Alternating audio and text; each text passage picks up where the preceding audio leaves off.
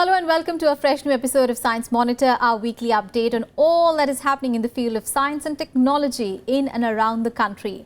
From indigenously developed GM crops to discussions on technological interventions in the healthcare field, we have much more to look forward to in today's episode. But before we get into the details, let's take a look at the headlines.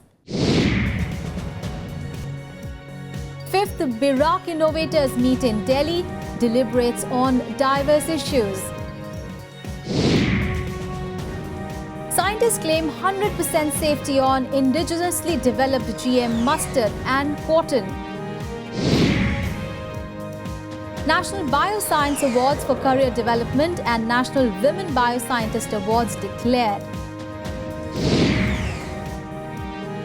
And in our In Focus segment today, we will explore how technology has influenced healthcare and what future holds in this arena. And now the news in detail.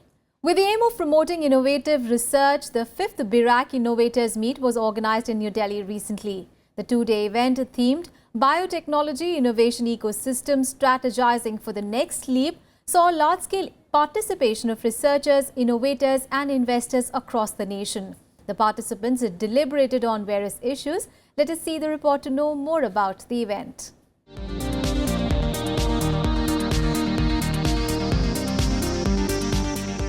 Thanks to the persistent efforts of our researchers, India is today one of the leaders in the biotechnology sector. From novel research to translating the knowledge to products, we are on the path of developing a robust end-to-end system. Celebrating this spirit of innovation, the Biotechnology Industry Research Assistance Council, popular as VIRAC, recently organized the 5th Innovators Meet at the capital. Was themed Biotech Innovation Ecosystem, Strategizing the Next Leap. The 5th Innovators Meet was presided over by the Union Minister for Science and Technology and Earth Sciences, Dr. Harshvardhan, and the Minister of State for Science and Technology and Earth Sciences, Shri Y.S. Chaudhary. The meeting focused on charting out the action plans required to scale up the innovations pertaining to the biosciences sector that affect the lives of 1.3 billion people in India. This innovator meet is basically to meet the investors, in one forum where we could express that, we have such products. Instead of meeting all of them one by one, this is one forum where we could tell that, this is the innovation and what kind of investment we are looking at. Excellent day where we could meet several investors and several innovators. I'm very happy to know that, VIRAC was able to fund so many people and so many innovations have come out of it. We are very glad. Great opportunity and a privilege to be able to showcase the good work that we have been doing. And the good thing about it is India needs this type of technology which can reach smaller towns, smaller hospitals and rural areas where we can really make a big difference. The Innovators Meet is a confluence of around 300 scientists, entrepreneurs, industry experts and policymakers who come together to discuss the contemporary issues in the biotech innovation ecosystem and to leverage the networking opportunities offered by the platform. The 5th meet saw enthusiastic participation of all the stakeholders and key dignitaries included Mr. Yigal Ehrlich, the Yozma Group, Israel, along with Secretary DBT, Secretary DST and Secretary DIPP.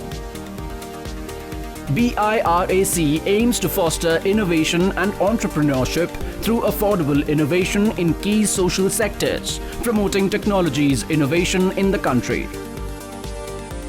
It is a non-profit public sector enterprise under the aegis of Department of Biotechnology.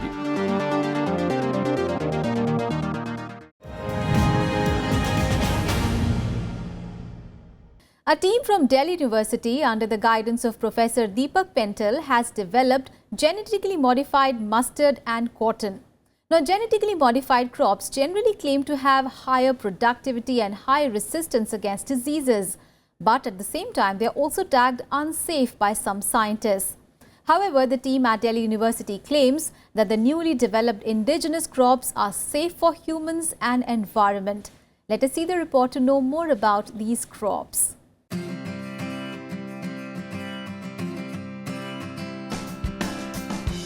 Genetically modified crops has been a subject of huge discussion for the last many years. While genetically modified crops have been welcomed by many experts for their high productivity and resistance to pests and diseases, another group is concerned over the safety of GM crops for humans and environment. But India is taking a step towards the adoption of GM crops with proper testing for safety. The step comes as a strategy to cut down the country's heavy reliance on multinationals and hefty annual food import bills. The first GM crop to be approved in this category could be the genetically modified mustard developed by Professor Deepak Pental and his colleagues at the Delhi University. The GM mustard is inching towards a possible commercial launch as the government committee has cleared the seeds to be safe for food, feed and environment. Mustard, which belongs to Brassica family, is difficult to hybridize using conventional breeding techniques. They can only be modified by crossing the progeny from genetically distinct parents.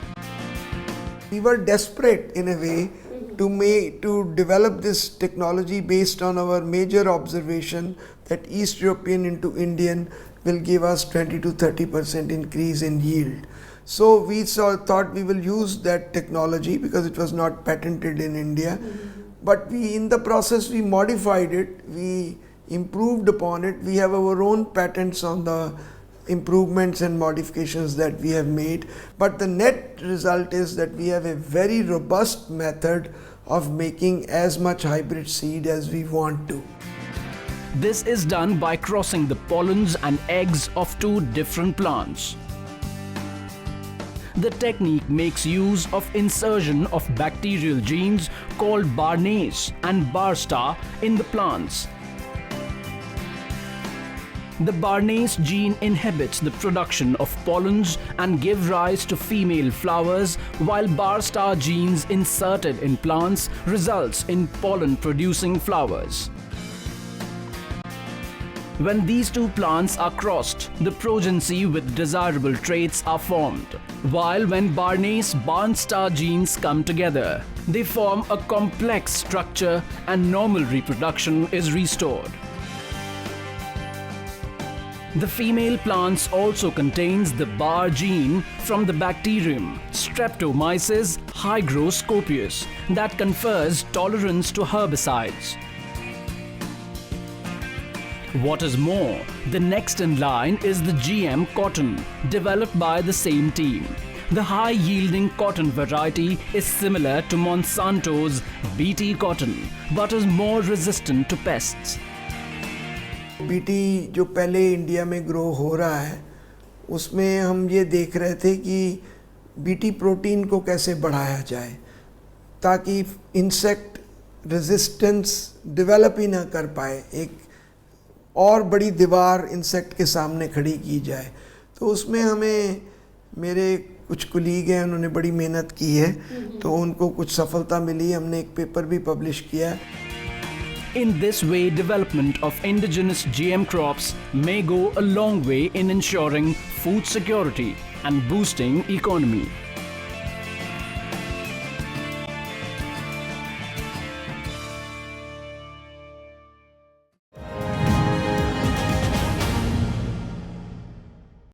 Honoring the outstanding contribution of Indian researchers, DBT has declared the prestigious National Biosciences Awards for Career Development and the National Women Bioscientist Awards for the year 2015.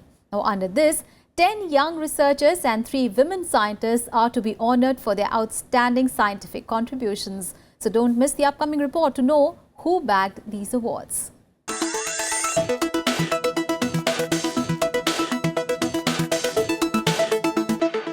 Incentives. especially in the form of research grants, go a long way in encouraging young aspiring researchers. Based on this idea, the Department of Biotechnology, under the aegis of Ministry of Science and Technology, has instituted many awards and honors. One of the most prestigious among them is the National Bioscience Awards for Career Development, which recognizes outstanding contributions of young bioscientists below 45 years through research grants. DBT has recently declared the winners of the National Bioscience Award for Career Development 2015. The names of the 10 awardees of the National Bioscience Award for Career Development 2015 were declared on the basis of a recommendation by the selection committee. The award carries a cash prize of Rs 1 lakh, a citation, and Rs 3 lakhs per year as research grant for 3 years. Along the same lines, DBT has also announced the National Women Bioscientist Awards for the year 2015. As per the recommendations of a selection committee, it has been decided to award 1 senior woman bioscientist and 2 young women scientists below 45 years for their outstanding contribution in the areas of biology and biotechnology. The award carries a cash prize of Rs 5 lakh, along with citation and a gold medal.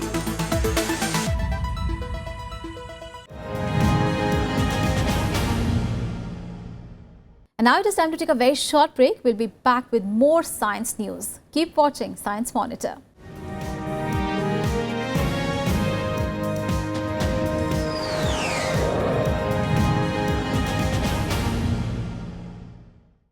Welcome back after the break. You're watching Science Monitor. Let us now have a look at some important science and technology activities happening in India and abroad in our next segment, Science Express.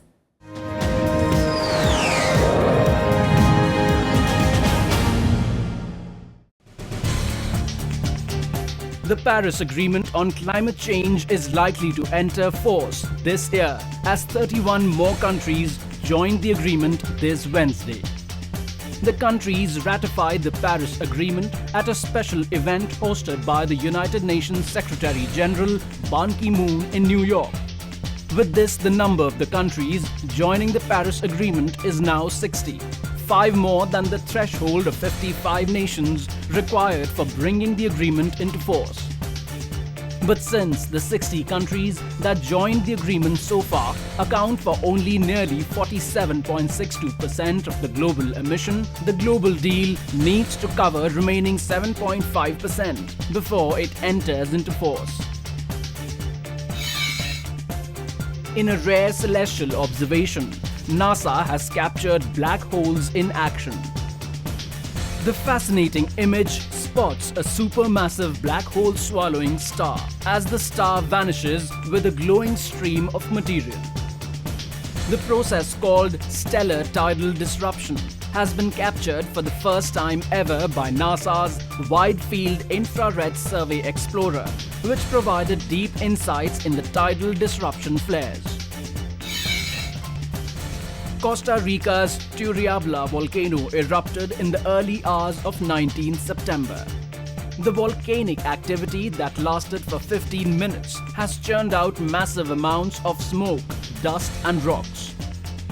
Authorities have temporarily closed Costa Rica's international airport following the explosions, fearing the volcanic ash could cause problems for planes.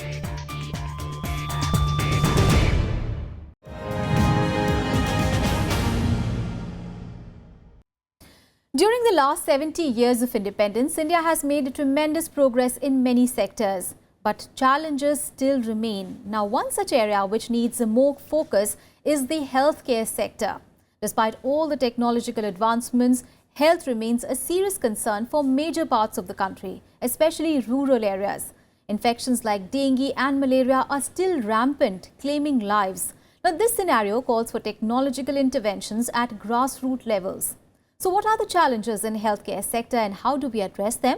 Well, to discuss this, we have with us in our studio today Dr. Anuradha Khairnar from the Indian Society of Health Professionals. But before we move on to the discussion, let's see this report.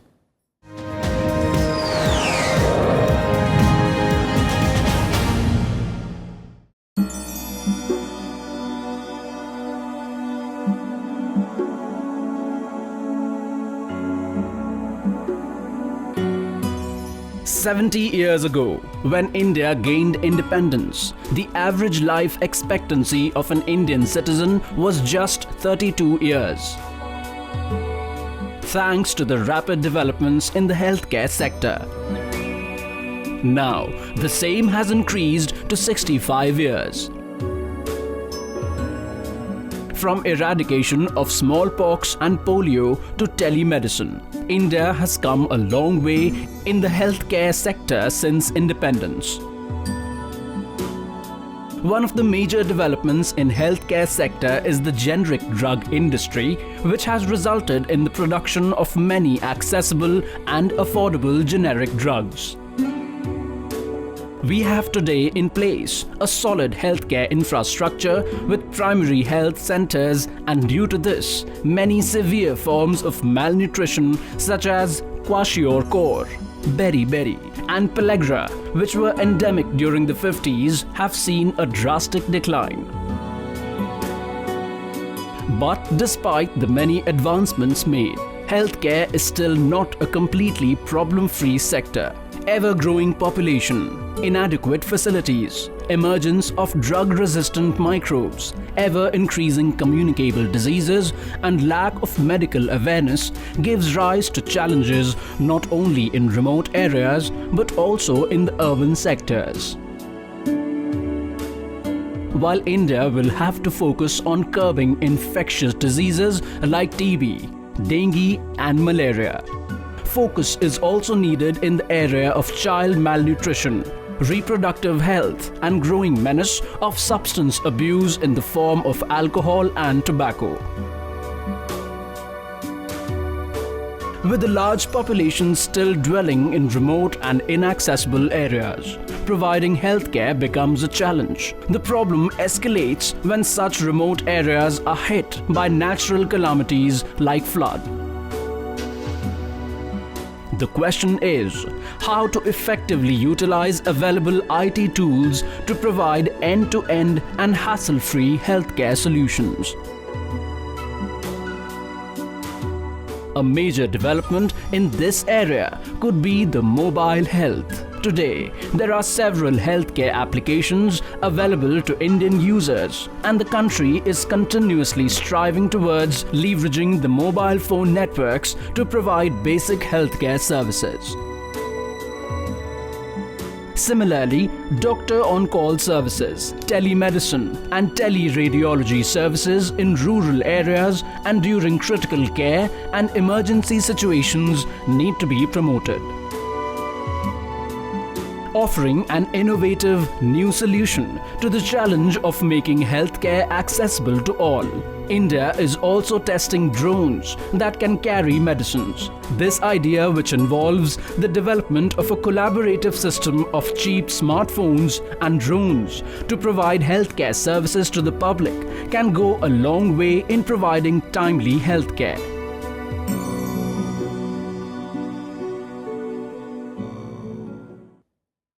All right, let's get a perspective on that story. Dr. Anuradha Khairnar joins us in the studio today. Thank you so much, Dr. Anuradha, and welcome to the program.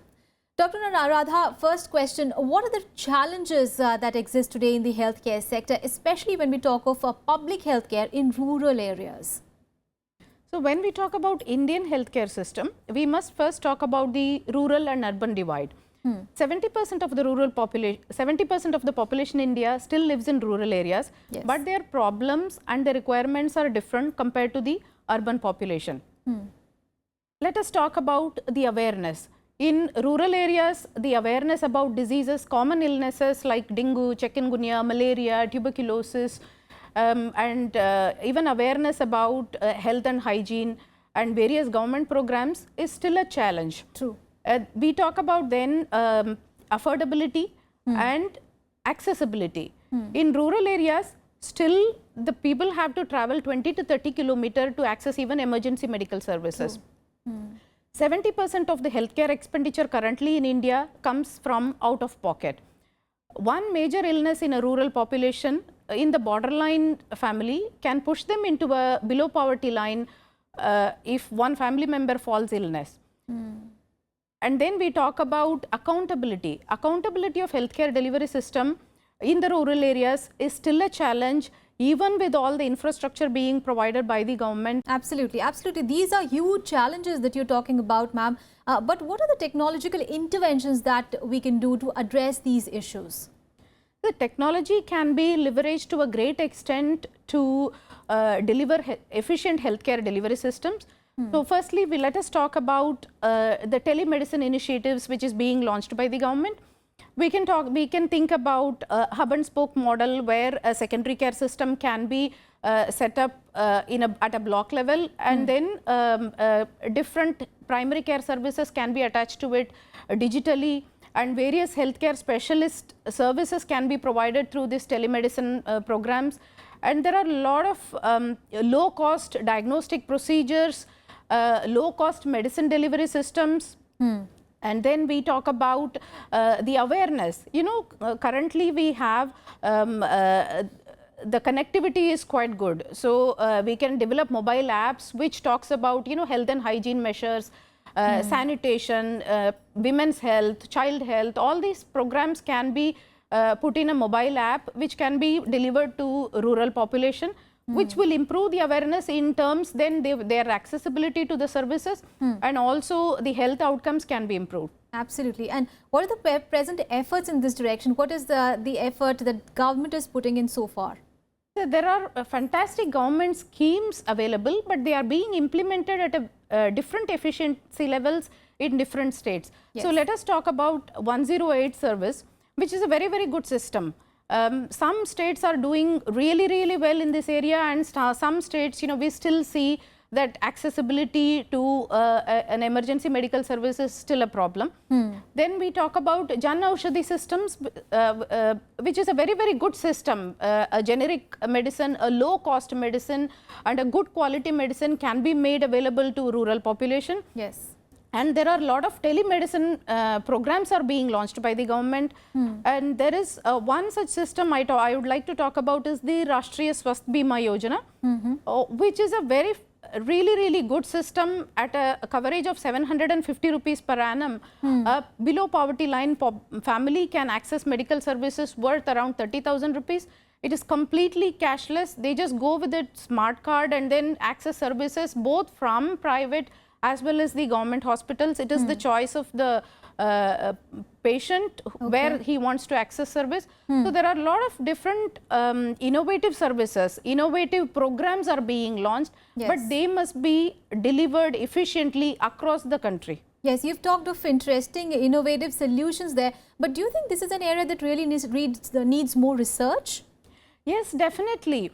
The health data which is being published by the government has to be researched a lot to design community specific health programs, because, you know, India is a country where there is a unity in diversity. So we are a different population, we have different health problems are different. So community specific health programs are very the need of the hour. Yes. And also the lot of low cost, we talked about low cost diagnostic procedures, low cost medicines, low cost treatment procedures need to be developed. Yes.